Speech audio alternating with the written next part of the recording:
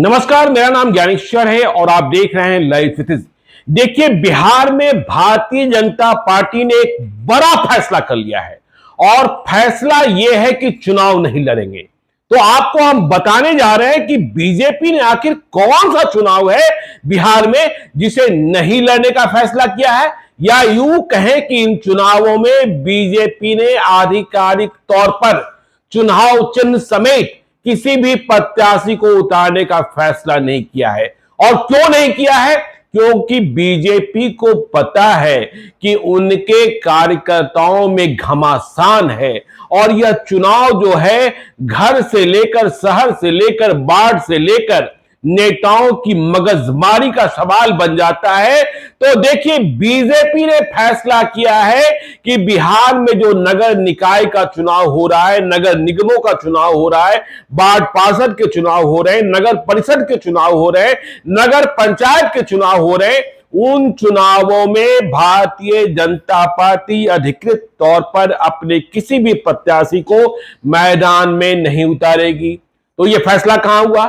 देखिए, 2 दिनों पहले भारतीय जनता पार्टी की कोर कमेटी की बैठक बिहार विधानसभा में नेता प्रतिपक्ष विजय कुमार सिन्हा के आवास पर हुई थी, जिसमें बीजेपी के तमाम बड़े नेता उपस्थित थे। संजय जायसवाल, विजय कुमार सिन्हा, नागेंद्र जी, भाजपा के प्रभारी नंद किशोर यादव, सुशील कुमार मोदी, तमाम नेता उपस्थित थे। और वहीं यह निर्णय हुआ, विचार हुआ कि आखिर क्या करें हम। तो देखिए, अब तक महागठबंधन ने भी, मतलब जेडीयू और आरजेडी ने भी तय नहीं किया है कि हम दलीय आधार पर चुनाव लड़ेंगे, लेकिन बीजेपी को इस बात की जानकारी है कि यह शहरों का चुनाव उसके लिए कितना महत्वपूर्ण है, इसलिए वह अपने कार्यकर्ताओं को टकराने का मौका नहीं देना चाहती है।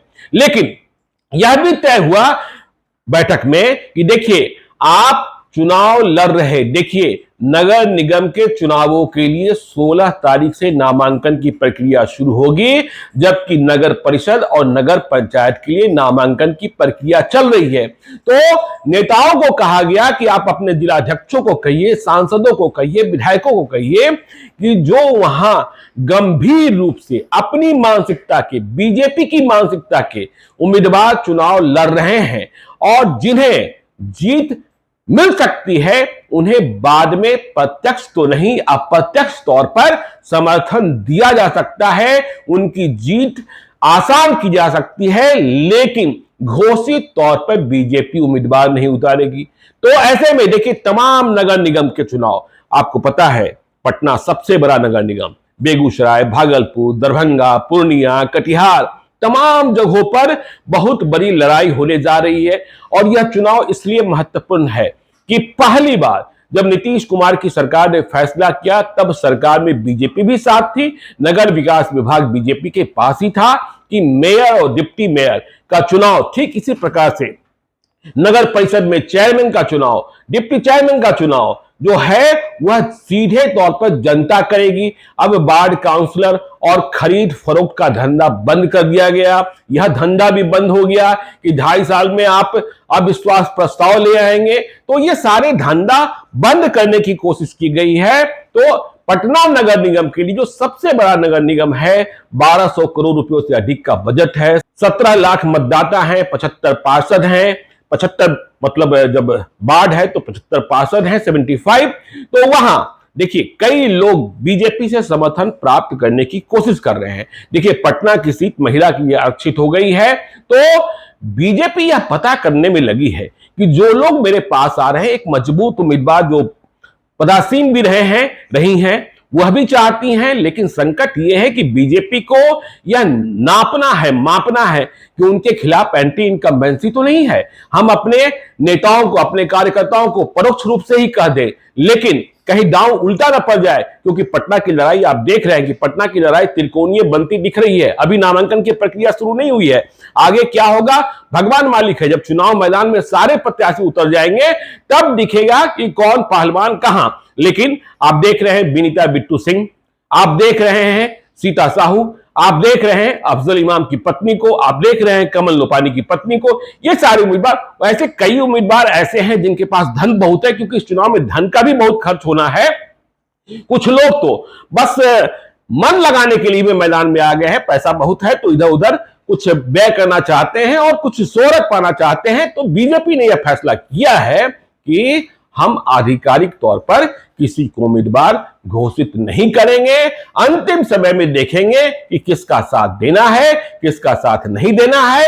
यह जरूरी इसलिए होगा क्योंकि नगर निकायों पर, शहरों पर बीजेपी का दबदबा बना रहे, क्योंकि आगे 2024 का चुनाव है और 2024 का लोकसभा चुनाव बिहार में कितना टफ होगा, कितना कठिन होगा। क्योंकि जब से बिहार में महागठबंधन की सरकार बनी है, नीतीश तेजस्वी साथ हुए हैं, कांग्रेस साथ हुई है, नीतीश कुमार को दिल्ली की गद्दी दिखाई पड़ रही है, दिल्ली के लिए कूच करना चाहते हैं, तेजस्वी यादव बिहार में मुख्यमंत्री बनना चाहते हैं।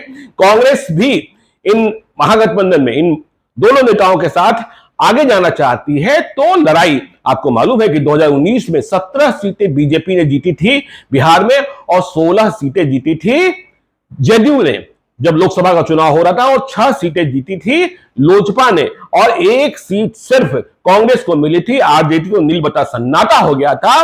तो ऐसे में यह चुनाव है जो महत्वपूर्ण है नगर निकायों का। बीजेपी घोषणा करे न करे, महागठबंधन घोषणा करे न करे, लेकिन जब नतीजे आएंगे तो मालूम होगा कि किसका दबदबा रहा, किसका जलवा रहा, कौन जला, कौन बुझ गया, किसके घर दिवाली मनेगी, किसके घर दिवाली बुझेगी। तो देखिए सारे समीकरण, और आपको मालूम है कि बिहार में 3 विधानसभा क्षेत्रों में भी उपचुनाव होने हैं, मोकामा, कुर्नी और गोपालगंज। इसके लिए भी बड़ी तैयारी है। तो बीजेपी पहले ही किसी जीत हार में स्पष्ट तौर पर, सीधे तौर पर नहीं फंसना चाहती है। बीजेपी का अभी स्पष्ट एजेंडा है कि बिहार में अपराध जो बढ़ता हुआ दिख रहा है उसे लेकर जनता को गुलबंद करें। आपको मालूम है कि 23 तारीख को अमित शाह, देश के गृह मंत्री, आ रहे हैं बिहार के दौरे पर। 2 दिवसीय दौरा है पूर्णिया में और किशनगंज में उनकी सभाएं होंगी। इसे भी लेकर सियासत बहुत तेज चल रही है। तो नगर निकायों के चुनाव की जब रणभेरी बजी है, नामांकन की प्रक्रिया शुरू हो गई है नगर परिषद के लिए, नगर निगम के लिए कल 16 तारीख से। तो बड़ी संख्या में उम्मीदवार सामने आएंगे और कुछ जगहों पर देखिए चुनाव फंस भी गया है तकनीकी कारणों से, जहां के लिए चुनाव की घोषणा अभी नहीं हुई है। जैसे मधुबनी में ही नगर निगम, लेकिन वहां चुनाव की घोषणा नहीं हुई। बरहिया चुनाव की घोषणा नहीं हुई। तो वहां विवाद है और कानूनी विवाद है, तकनीकी विवाद है। तो इन सारे सवालों पर लाइव सिटीज आपको हमेशा अपडेट रखेगा कि कहां क्या हो रहा है, कौन उम्मीदवार आगे रहेगा, कौन उम्मीदवार पीछे रहेगा। और यह चुनाव बेहद खर्चीला होने वाला है। देखिए चुनाव आयोग ने भले जो सीमा तय कर रखी होगी, उस सीमा से तो चुनाव नहीं संपन्न होते हैं, यह सबको पता है। तो चुनाव मैदान की हर खबर आपको बताएंगे। आप देखते रहिए लाइव सिटीज को। यदि अब तक आपने हमारे यूट्यूब चैनल लाइव सिटीज को सब्सक्राइब नहीं किया है तो जरूर कर लीजिएगा।